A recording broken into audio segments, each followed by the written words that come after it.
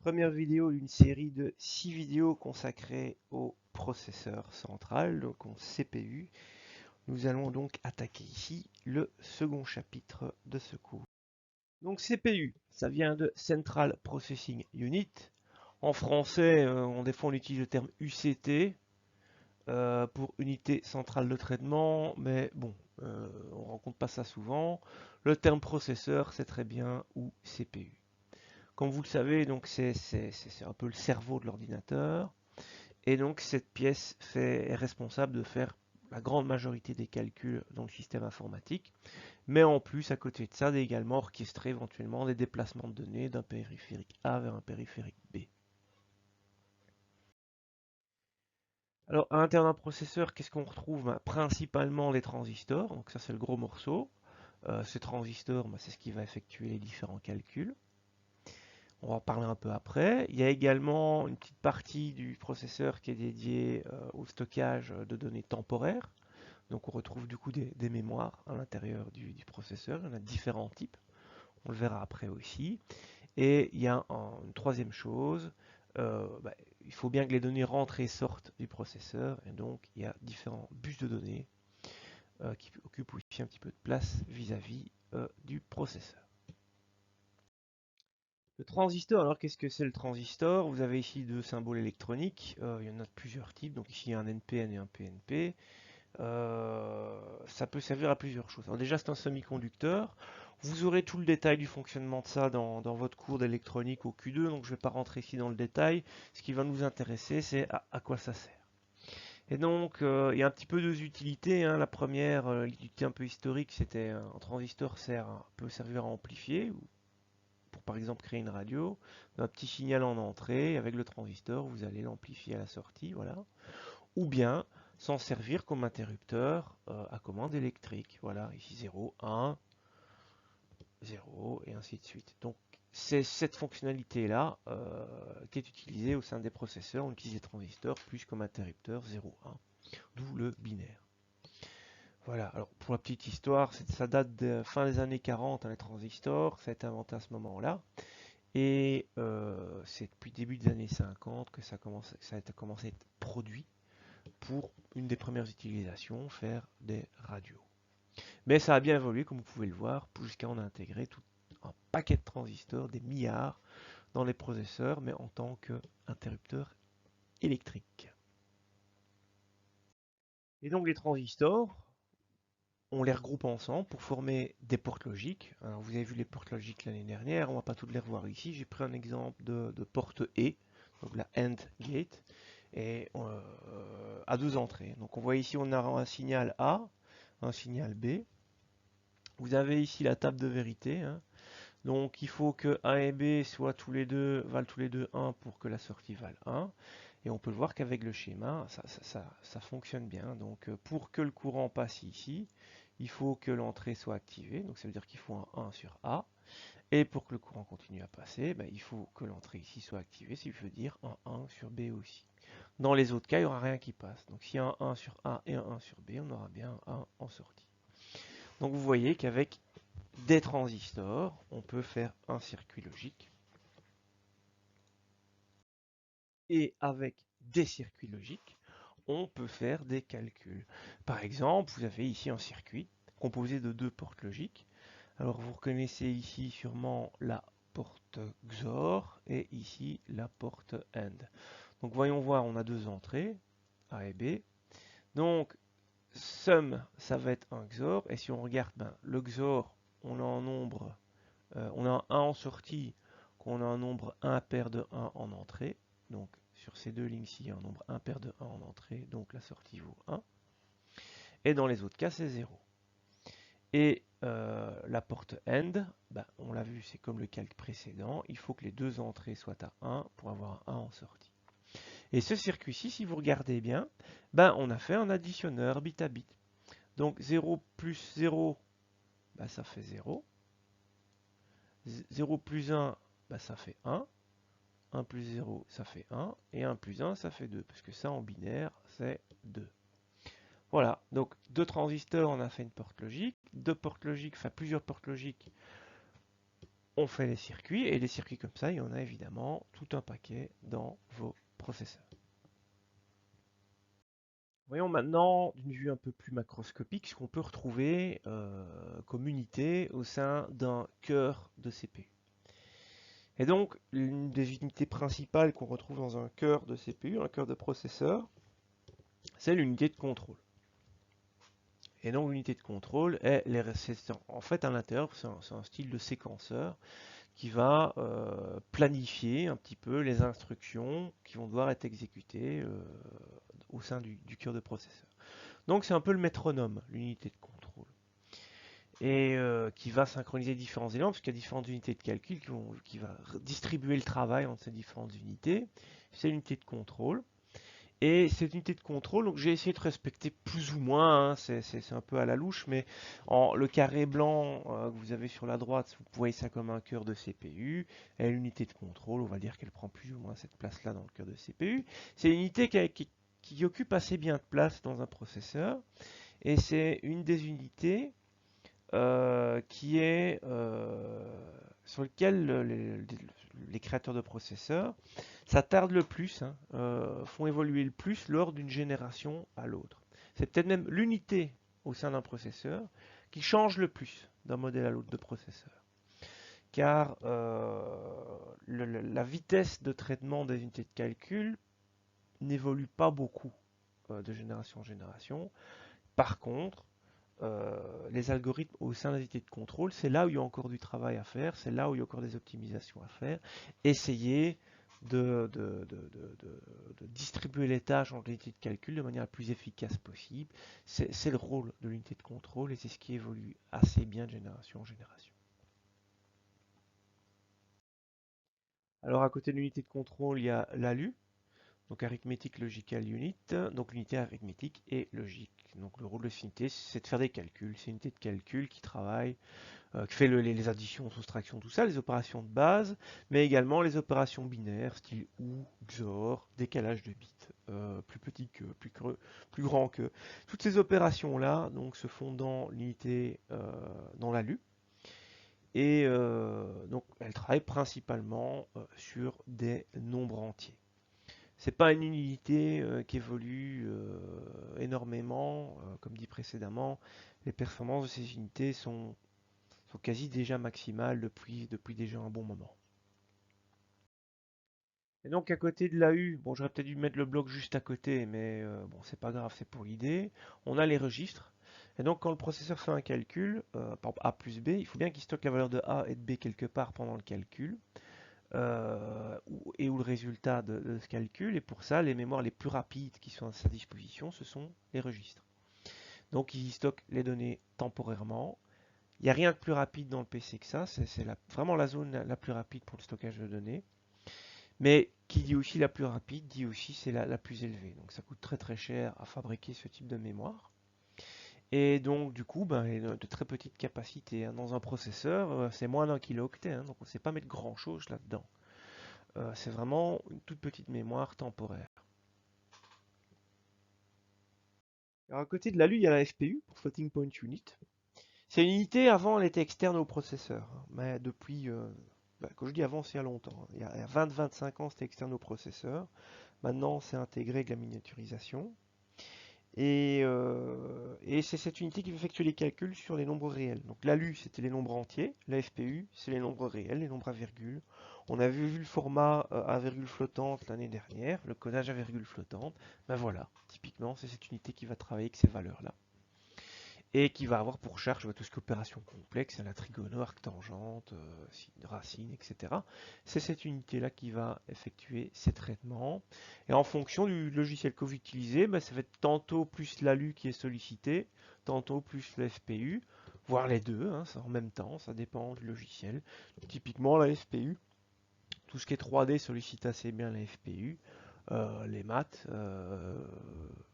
simulation scientifique, tandis que l'ALU, bah, si vous faites du Word, voilà, afficher des caractères à l'écran, les trucs comme ça, c'est plus l'ALU.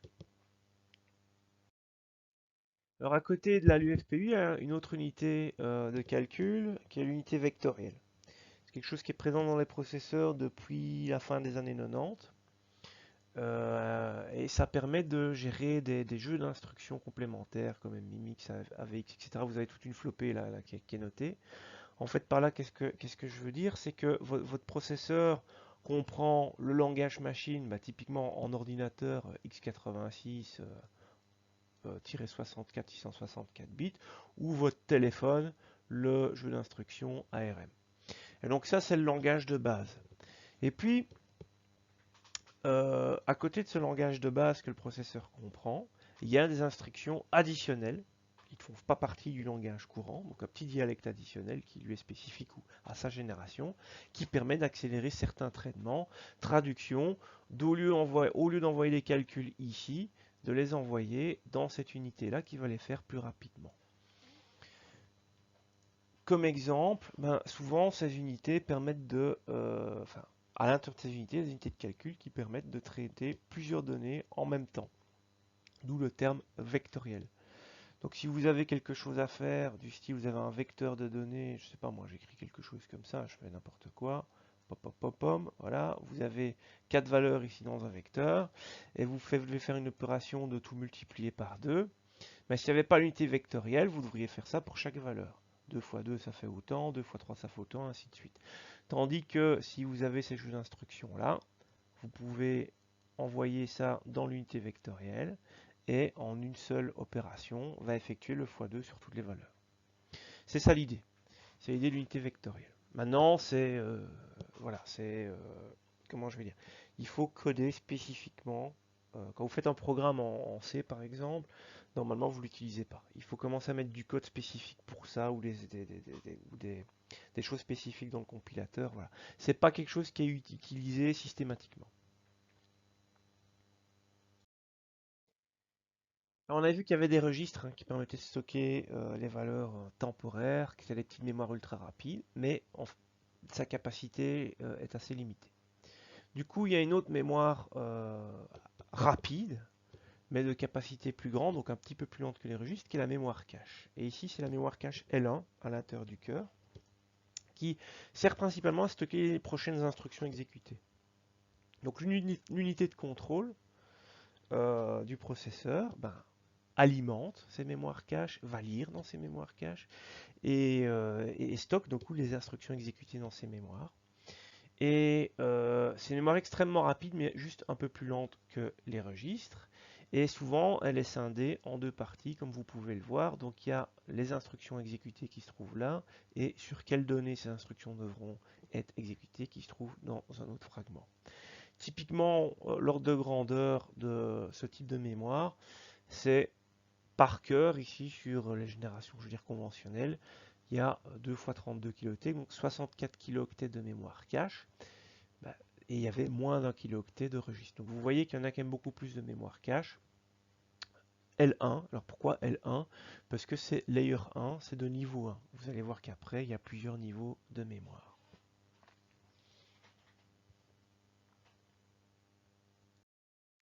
Alors, autre mémoire, la mémoire cache L2, donc c'est un autre niveau de mémoire cache. Lui aussi, comme la FPU, hein, c'est depuis une vingtaine d'années que c'est intégré au processeur. Avant, c'était externe, voire même pas présent. Mais donc ça, c'est la préhistoire. Donc à l'heure actuelle, c'est interne. Et c'est le même principe que la L1, quoi. C'est une mémoire temporaire. Sauf que cette fois-ci, c'est d'un seul tenant. Les instructions ne sont pas séparées des données. Donc c'est une seule zone mémoire qui est de plus grande capacité que la mémoire cache L1, comme vous pouvez le voir. Donc jusqu'à 1 mégaoctet par cœur, contre 64 kg pour la L1.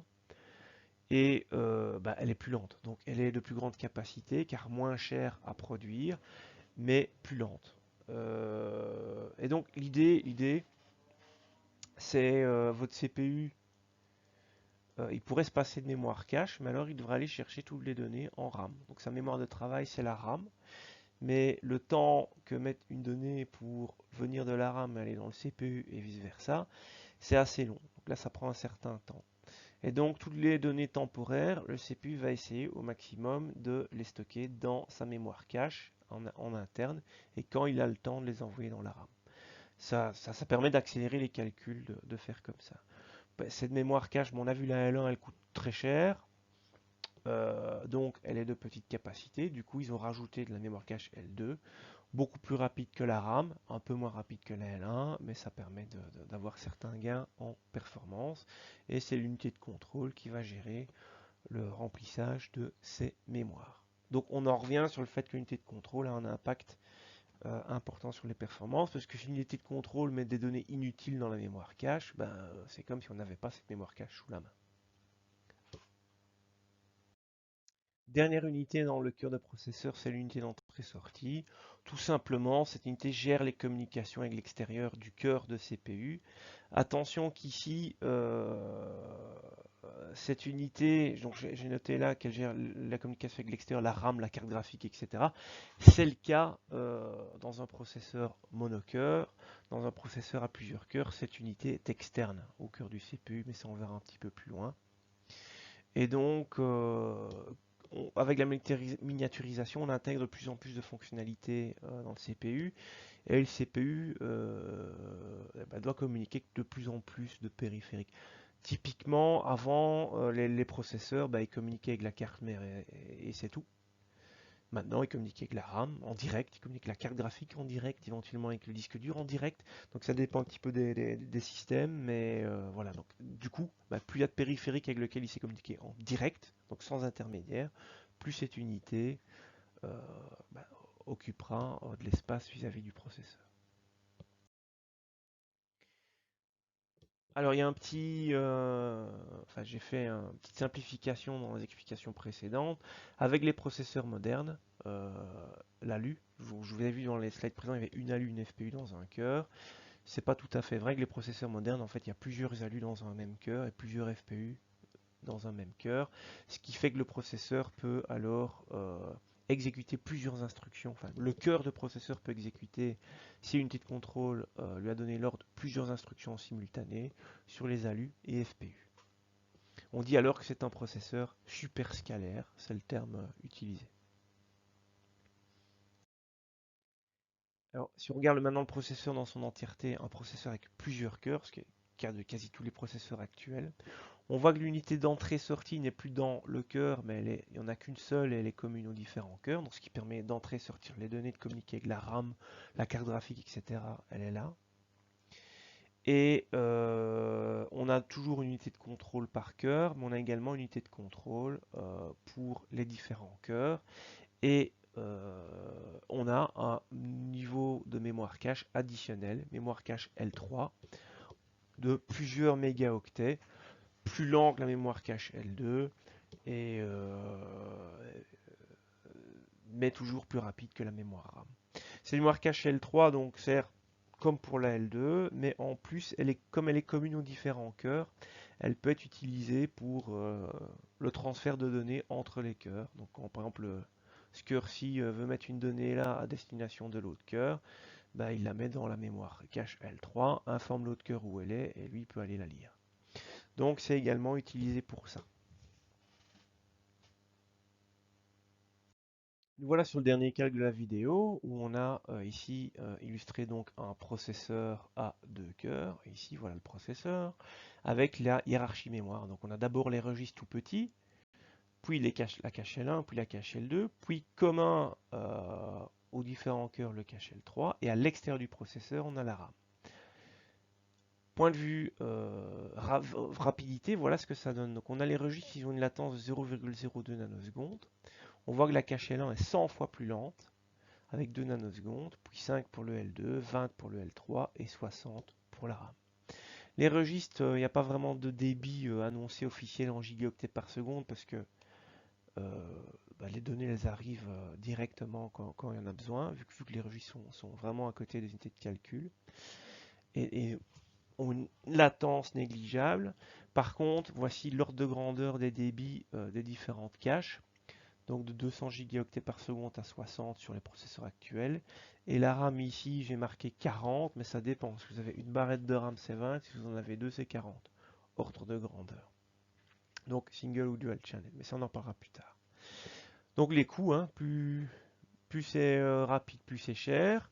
Et puis vous allez me dire, mais qu'est-ce qu'on s'ennuie avec des nanosecondes? Ça va, moi je attends 60 nanosecondes. Le registre c'est plus rapide. Et alors? Eh ben, Imaginez s'il n'y avait pas tout ça. Imaginez qu'il n'y ait que la RAM. Ça veut dire que s'il n'y avait pas de zone temporaire à l'intérieur du processeur pour stocker les résultats, le processeur ne saurait travailler qu'une fois toutes les 60 nanosecondes. 1 divisé par 60 nanos, ça vous donne arrondi 0, donc ça ferait sa fréquence de fonctionnement du coup, ce qui nous donne à l'arrondi 0,017 GHz. Donc 17 MHz. Voilà. Ça servirait à rien de faire des processeurs plus rapides vu qu'ils savent accéder à une donnée que toutes les 60 nanosecondes.